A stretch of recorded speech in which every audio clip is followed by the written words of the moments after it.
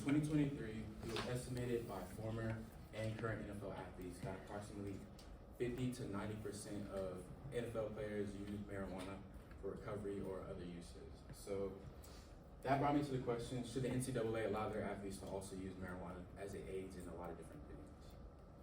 So as an athlete myself, I know that recovery is the most important thing. If you can't recover well, then you can't expect to perform at a high level and not for a long period of time at all. And I know some of y'all can probably agree with that as y'all are former or current athletes yourselves. Along with the required research I did for this project, I also looked at this a little bit on my own time back when I was a little younger, trying to see what the positives and negatives were of using marijuana, especially as an athlete.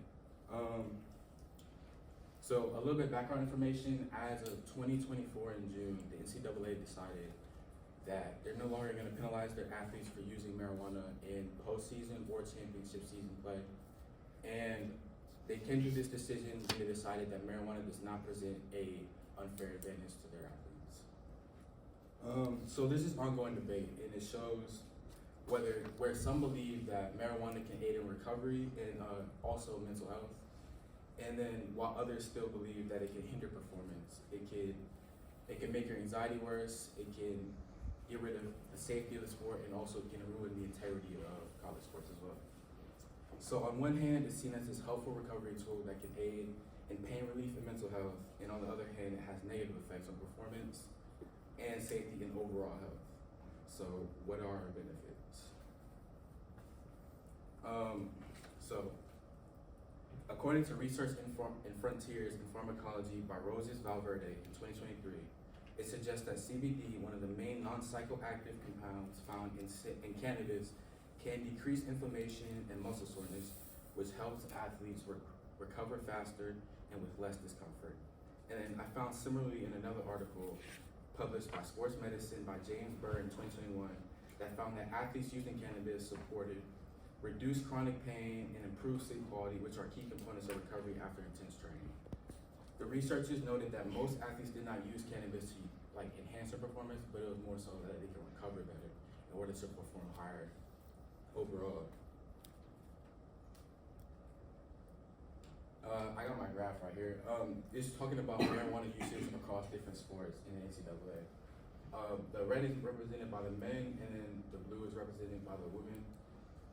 Across the board, you can see that the men have higher uses of marijuana in sports. I'm not too sure why that is, but as you look on the right side, where football, soccer, wrestling, and lacrosse, the more contact sports, they're higher usage, and it kind of alludes to the fact that these sports endure more pain during training and competition, so they would benefit from using marijuana. And now we got our risks, or drawbacks. So according to Clinical Journal of Sports Medicine by Edward Pain Management Unit in 2018, cannabis use, particularly in products containing THC, can impair coordination, slow your reaction time, and negatively affect decision making. And these side effects can increase the risk of injury, reduce athletic performance during training and during competition. And then the NCAA also reported in the article Emerging Science on Cannabis Marijuana Implications for Student Athletes by Jason R. Kilmer in 2019 that marijuana can do harm to your cognitive function, it can lower your aerobic capacity, and it can contribute to poor academic performance and mental health risks, especially due to the higher THC potency found in modern day marijuana. And the most obvious one is marijuana still remains illegal in a lot of states, including Texas. So, it wouldn't be fair to have it legal in sports if it's not legal in all the states yet. So to sum it all up, the debate over whether the NCAA should permit their athletes to use marijuana highlights two main key perspectives. On one hand, cannabis can offer real benefits aiding in recovery, managing pain, and supporting mental health. And on the other hand, it can also bring risks like slow reaction time, reduced focus, and possible long-term health concerns. So ultimately, this issue comes down to balancing athlete wellness with fairness and competition.